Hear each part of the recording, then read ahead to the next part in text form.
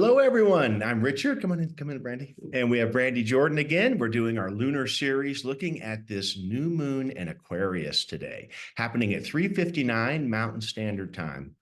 Yes, hi. Yeah, Aquarius, Yeah. fixed air. Aquarius is so in the news in astrology, if you will, because we've had Pluto go into Aquarius again. It dipped its toes in there last year, went back into Capricorn. Now it's back into Aquarius, and it's still going to go retrograde into Capricorn one more time this year before it's fully planted in Aquarius for the next 20 years. I think we're already seeing some signs of that. Aquarius speaks so much to technology, for one. Certainly, we saw AI really come onto the scene this year, and we're going to see a whole lot more of that and other things similar. Also speaks to individuality and sovereignty. Personal truth and independence is a really strong Aquarian theme. But also, as a result of that, it also is very oriented towards everyone having that. It's not just me having my truth, my contrarian Aquarian ways, if that be the case for a sun sign Aquarius, but also that others do too. So it really speaks to social equality, social justice, and human rights in that sense. And so, boy, does our world need that right now. Absolutely, it does. So with the new moon here, we always think of beginnings, the beginning of a new lunar monthly cycle. Great time for intentions, for planting seeds. But I also think of that, or I'm going to remind myself that when we have a new moon, it's new beginnings, but it's being put in the soil of the past. And I think as we've had so many planets in Capricorn for quite a while, not only Pluto before it went to Aquarius, we had all of the personal planets were in Capricorn for a good period of time. And we've been dealing with this idea of structures and strategy and how we move forward in a Capricornian way. But we're making a significant shift with Pluto having made the shift, the sun being there with this new moon. Mercury went into Aquarius. Mercury is the first planet to conjunct Pluto in Aquarius. And we have Mars and Venus following on the heels of that. So we are experiencing a definitive shift in the energy and the weather. And I also want to note that all of the planets, for the first time in many months, we're going back towards the end of last summer, the first time that all of the planets are moving forward. Uranus turned forward on January 27th out of its retrograde phase. And so there is a sense of an undercurrent of things moving. We may not know where they're going just yet, but they are moving forward. And so we may get a sense that something's happening, a shift is happening. And I think this new moon really highlights that. And when we look at the aspects, what we'll do in just a moment, I think we like to typically cover the gates first, so we can really set the framework of the new moon. And then we'll go into some of the other aspects that the planets are forming, which are quite significant. So starting with the new moon, we know that that's a conjunction between the sun and the moon. And that's happening in gate 49, line 2 today. Second line. The gate of revolution. Yeah, the gate of blood. Principles. The gate of reform, reforming the needs of the tribe. All of our needs, reforming all of our needs. And with 19 going away soon in the next few years, I think this is a great opportunity to really align to the authentic principles that you have within your tribe.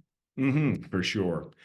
Revolution, I also think of the word on a smaller vibrational scale. I get the sense of refinement here, right? In the channel of synthesis, where we're coming together based on our needs and our support of each other.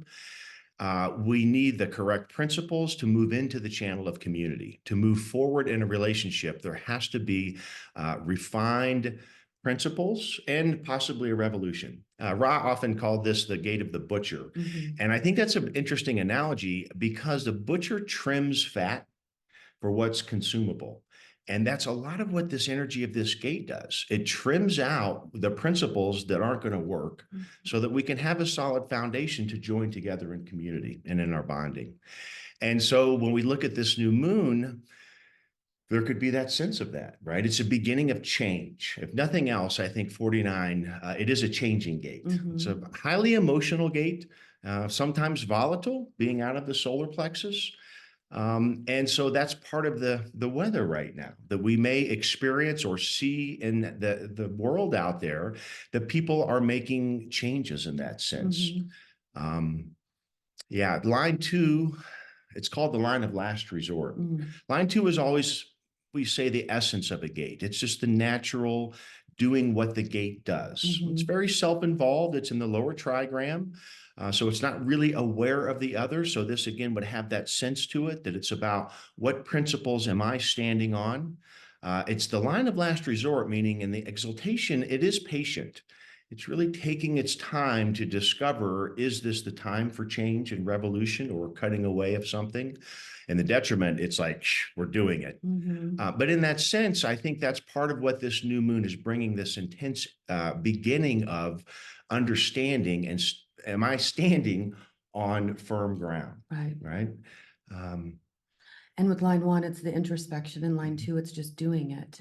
So it may not be very conscious of which binary it's on. Yeah. Now that puts the Earth in its polarity in gate 4, line 2, the gate of formalization in the channel of logic. It's the potential awareness gate, one of them, of the logic circuitry. And it is the energy of turning that doubt into understandable, logical, ordering concepts, and I think either mystically or spiritually or in its exalted expression, it is compassion and understanding and forgiveness, because it can see the logical steps and the little logic in the big picture of it all. And so it offers just a grander perspective, rather than the 49's very acute vision of, this is my principles, this is what I said, I told you, blah, blah, blah kind of thing. Seeing the bigger picture and how everything changes all the time and there's always different things happening. Seeing that big picture allows you to trim the fat in a way that's better for everybody. Yeah, very, very nice, Brandy. I think that's so true, because when we look at this polarity, it's the Earth that can give the grounding to the energy of the sun and the moon. And the polarity, and being grounded in this greater awareness of the larger picture. And I think that idea of forgiveness of ourselves, if we're looking back on our past and realizing that we also are in a period of revolution and change of principles that we stand on, understanding that it may require a initiation individually for ourselves to move into this new space, and also may require forgiveness of others, people that we may have felt that they mistreated us or held us back in early life, or somehow we were a victim in that sense. And so that's part of I think the grounding and the healing of that perspective from gate 4. Yeah, and I think gate 4 leads, supports the Aquarian nature of 49 being in this emotional, dense space. The Aquarian being the mental, the ability to see the higher mind of it all. I think 4 plays a fun role in that. Yes, for sure. So since we've honed in on those two gates there, we're kind of build it out from there and see what else is happening at the time of the new moon. And we can look at the body graph and see that there is one channel defined. We have the channel of awareness, design of a thinker, from gate 61 to gate 24. Now, Jupiter is in gate 24, which is, as I mentioned, all the planets are moving forward. Jupiter had done a retrograde phase in gate 27 prior, but now it's in 24, line 1, this gate of return. And it's bringing that Jupiterian expansion. Jupiter is so big. We could put all the planets, all would fit in the size of Jupiter. And it just brings that idea of growth, expansion, opportunity. But putting it in gate 24, gives us the opportunity to continue to be almost in psychosis, thinking the same way we've always thought, or it opens a portal for a new inventive way of thinking, of applying ourselves into the world.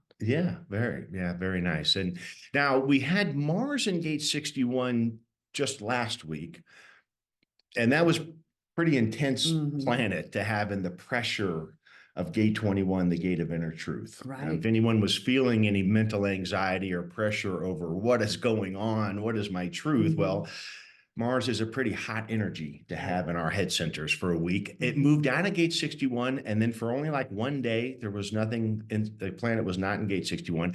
But now Venus has moved into gate 61 as they're tracking together in Capricorn here. So gate 61 is having these multiple activations due to the alignment of the planets.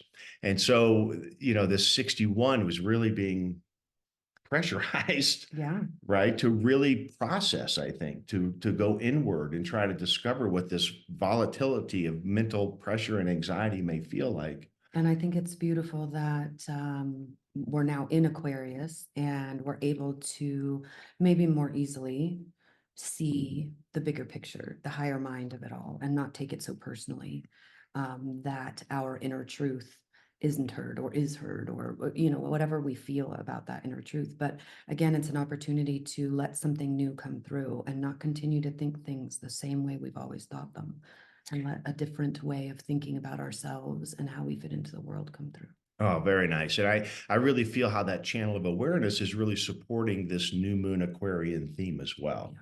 There's a new truth coming collectively and individually. And that's part of again, the soil I think that we can plant this new moon is. And to be accepting of that, to be tender with that, to realize how deep this is. This is individual circuitry, which is at our very core of our existence, but it is about creativity, imagination, and I think that's another healthy modality. Anything that one could do that is creative right now can really touch on this inner spark that we all have.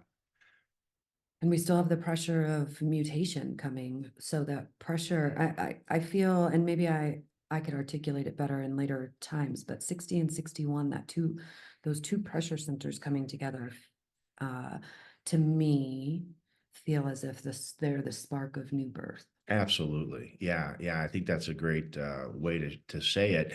And yeah, let's do that. Let's look at this Pluto more. So we've had again, Pluto is making a major shift as we go into Aquarius. It's doing its little back and forth movements here, but we're having gate 60 for several years. And yeah, having 60 and 61 really in that pressure sandwich, as we call it. But this idea of limitations, the gate of limitations, also called the gate of acceptance. The tagline is the first step to transcendence is acceptance. So we're all, I think, experiencing and seeing in the collective through the weather this idea of how do we move through these limitations? Or what do we even perceive as our greatest limitation? I think we all have some degree of fear, doubt, and insecurity within us, wherever it comes from, however we got it from conditioning or wherever in our lives. But that's where we're at, dealing with what do I perceive to be my personal limitation right now? How do I accept that? Integrate what I've learned about that experience and find a way to move through it. And I think that's kind of what I'm feeling with this Pluto. So again, very transformative. It's in the channel of mutation. Pluto is the planet of death, rebirth, and transformation in the channel of mutation. So again, just using these keynoting words, we can get a sense of what a shift this is, I think, from these gates. And then to go from there, let's go stay with this individual circuitry, because we have Uranus still in gate 23, which also came out of retrograde, but it's stationed going backwards on line 1 of gate 23. And so now it's moving forward, although it's still in line 1. And so now we have this Uranian energy, which is sudden, out of nowhere. It's unusual, it's shocking, but it typically does bring some sort of revolution or change in that sense. So when we think about Uranus as a planet, I can kind of feel a resonance with gate 49, with this gate of revolution. But here, having that unique quality of Uranus in the gate of assimilation, which is about our own individual, unique, creative voice. Very powerful placement for Uranus right now. Yeah, don't be afraid of being weird. Yeah, right. And that's Aquarian too, right? Even though 23 is in Taurus, where Uranus is, it has a very Aquarian feel to it. Each person being able to have their own sovereign, unique voice of truth. So there's Uranus in gate 23. Now, one of the most significant aspects of the planets for this new moon is that the new moon at 20 degrees Aquarius and Uranus at 19 degrees Taurus, they are square each other, very close, just over a degree apart. So this is a pretty tight square of Uranus and the new moon. So if we, again, just extrapolate on that, thinking about Uranus, this shocking planet of thunderbolts and change, in this very hot, dynamic energy conversation with the gate of revolution. And so what I'm feeling from this is that sudden sparks of dynamic, volatile energy could cause anyone to have shifts like this. Hopefully aha moments, breakthrough moments. That's a Uranian word. So I would be on the lookout for that in conversations, and to be aware that conversations could go either way. That breakthrough could lead to a severe argument and cutting of relationships. I think that's certainly an undercurrent of this new moon. People may see relationships come to a crossroads on whatever that is pertaining to, whether it's romantic or business or otherwise. But they also can go the other way. But at the core of all that, I feel, is this individual truth aspect.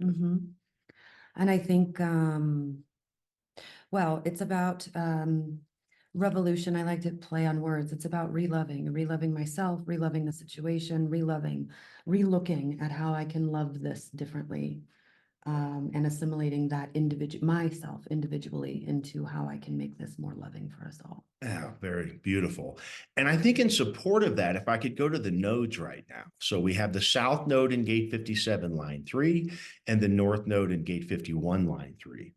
So the South node representing in general what's in our past, where we're moving away from, but things we may have on board. And so when I think about gate 57, this most intuitive gate in our most ancient splenic awareness based on millennia of experience in the human form, there is a connection to this past, that there's almost kind of like a portal, things we can draw on. Whether or not we know that intellectually, I think through going inward and being in a meditative state, there's resources in 57 that we can bring to the forefront. And I think we're going to need that. And that will be supportive because the North node is in gate 51, the gate of shock, in the channel of initiation. And I think we're going to need courage and bravery to be individually initiated into whatever this truth that may be emerging in this Aquarian new moon. And 57.3 is the acuteness of intuition. So this is an opportunity to listen, even if you don't understand it. There is no detriment here. There is no, That's right. This is the place where when you hear it, whether or not you agree with it, that doesn't matter, or are afraid of it, that also doesn't matter. That is truth, that intuitive thing that is coming through and how you fit into the collective. Yes, for sure. For sure. In 57.3. And I think 57.3 gives us the fuel to, oh, I heard this, let me move with it. Okay, maybe that's not what I heard. Okay, I heard this, let me move with it. Okay, maybe that's not what I heard, until we break through. Like you said, courage. It takes courage to do that. Yeah. This is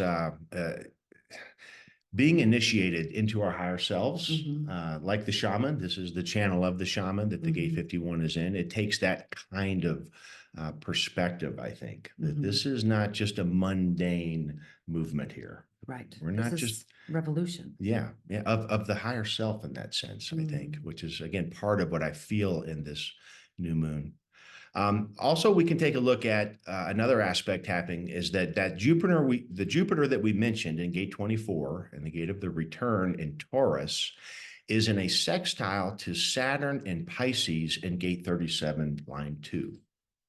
I was just looking at the mystical way. There's a few gates here in the mystical way, and 37 and 49 and 51 and 57, and all of these are just really inviting us into the tender places, I guess. Those tender, well, I think 37 is beautiful. I know some people don't think it's tender. My experience of it is very, very tender. So I love the dichotomy between the 49's butcherness and the 37's tenderness. Yeah. And I with Saturn in 37, so wherever we see Saturn, we're thinking about work that needs to be done. Saturn is the taskmaster. It's the father time. He wants us to improve, to develop, and to mature. Having that in the gate of friendship and family, I think it definitely draws in this tribal sense of who our community is. How is that community working for us? So that may be part of, when we're thinking about where we are, there's definitely this Saturn is bringing this into the equation. Yeah, and all of these aspects just give me this visual, all of these aspects over the last few months. And I imagine up until 2027 and even after that are just such supportive moments for us finding our fractal, for us being able to listen with our bodies to hear who is for us and to align in that way. Because after the shift, after, we were talking about gate 19, we were talking about that histidine codon going away. And when that happens, there's no more need. And so if there's no more need, there's no more revolution. But in order to find ourselves and our individuated purpose within the whole, we've got to be with our people. Yeah. And so this is the opportunity. I feel like the cosmos continues to give us opportunities to be ourselves with our people, to hear so deeply with our bodies who is for us and what is for us, and to be that. Very nice. And I really think that part of that, what you're saying, ties into that because we've got the gate 49 and the revolution and this volatile energy of the new moon, and that is sextile to the Jupiter in 24, which is in the Ajna center. It's about conceptualizing. It's having new understanding, new insights, and new perspectives, if you will. So I think as we're looking at our communities, Jupiter's bringing an expansive energy to reevaluate our perception and conceptualization of how we fit into that community. Doesn't necessarily mean we're going to have to gate 49 excommunicate a friend necessarily. It may just change the dynamics of that friend, but it's definitely, I think, in the conversation. There's something shifting here, and really significantly because of the Uranus bringing that revolutionary sudden change. We're on ground that is shifting, right? And that can feel very uncertain. It's inviting us into, knowing who we have business with as our authentic selves. Yes. And revolutionizing the relationships that we don't have business in anymore. Very nice. Yes. As we are moving through this, in a sense, initiation into this voice of truth and individuality, as you're sharing, that it can cause shifts in the dynamics. Now, what those dynamics may be, I think we just want to be mindful that 49 is in the solar plexus. So, again, out there in the greater world, there can be volatile energy in terms of conversation or arguments or all these types of things to recognize, to be grounded. Right? I think the most supportive thing I'm thinking about for this new moon in the midst of this very exciting, I think Uranus is so exciting. We have so much drama and trauma in the world right now, but we are living in amazing times and interesting times, and really given this opportunity to go inward. And the Rave New Year chart we discussed very much about that. The entire undercurrent of this year is going inward to find this expression. And so I feel like this new moon is heralding that. It's heralding Pluto coming into Aquarius, being the first new moon with Pluto in Aquarius. Mercury's the first planet to conjunct Pluto, bringing this voice and intellect to that transformation. And that's happening in Aquarius. So really, I feel like it's sort of a trumpet blaring on this new moon saying we are in an Aquarian movement here, and we're going to have to really be grounded and centered with self-care. I think that was Jupiter's job in 27, where it did its retrograde, really getting ourselves prepared through self-nurturing of our own self as well as our loved ones to prepare for what's happening here at this new moon. Beautiful. Yeah, let's see. What else do we want to bring in here? I think I'll add, well, let me just mention, because this is part of this new moon, Mars, which is in gate 60 now with Pluto. We were just talking about Pluto in gate 60, but we've also got Mars there. So we need to layer in that energy of Mars. And this Mars wants to go forward all the time, sometimes a little bit impetuously, but here it's giving this extra fire joining up with Pluto. So that conjunction will be coming next week. We'll talk about that in future reports here. But we do need to bring in this idea that Mars is really going to be agitating that pressure. Yeah. So we're going to have a lot of pressure from the root to deal with accepting limitations and moving through them. And then this 6124 coming at us from the head center. Yeah. So patience, because it's a pulse and it doesn't always do what you want it to do in the time that you want it to do That's it. right. I think that's really important. Yeah, when we're talking individual circuitry, we have to recognize that we don't have control over timing. Right. And that we get to arrive where we are and let that exist as it is without pressuring ourselves to be in a different space. And you just described acceptance. A really strong dose of acceptance right now. Mhm. And anytime we're feeling anxiety from these pressures we're getting from the transit, feeling the uncertainty that they're in individual circuitry, which brings a large degree of that, Mhm. the melancholy, to accept timing. But while we're doing that, really to me, it's back to this self-care and grounding. Yeah. And with these other planets coming through in Aquarius, I think that, well, I just like the story of 41, 19, 13, 49, and 30. So for me, in my personal practice, I look at what's come before and what's coming after, and then I can see what I'm supposed to be doing now. Mhm. And so if I can, when I see 61, this pressure to have my individual truth, and the 60, this pressure to mutate into that individual truth, and 41, the newness of the fantasy of being myself in all of her glory, and then the sensitivity to feel what she needs to continue to exist as herself. And then the sensitivity to hear who my fractal, what direction to bring that self in, now creates the revolution. Yes. And then what's next after revolution is the desire, is the play of that human experience, is now we can play within it, and then we move into Pisces as ourselves. So Mhm. I really feel connected. It's my design. Sun is gate 13, so this part of the wheel I feel connected to in purpose. And I think that if we can remember that this revolution is for a new, desirous, beautiful human experience of ourselves, because then 55 comes next as ourselves, then we can revolutionize all the places in which we are not being ourselves and not Yeah. advocating for ourselves. Right. Right. Yeah. And new moon is the intention setting. So what are your intentions for these next 2 weeks so that they can grow and thrive and Mhm. revolutionize who you be? Absolutely. Very well said.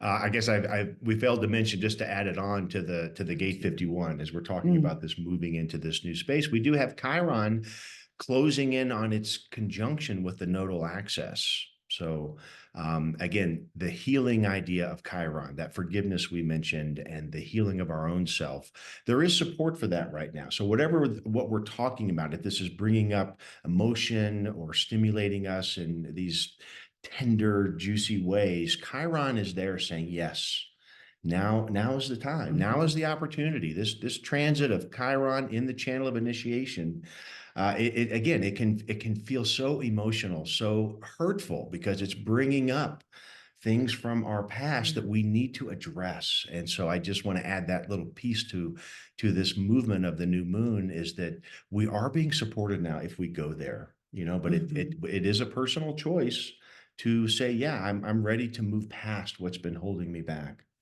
And bringing the mundane into 51, it is a competition between who you used to be and who you're deciding to be now. So who gets to win, and who gets to win is the courage. Yeah. Yeah. Very nice. Yeah. Well, anything else you'd like to share? That's it. All right. Well, thank you guys. Hope you have a wonderful new moon today. It is an exciting one. We look forward to seeing you next time. Thank you.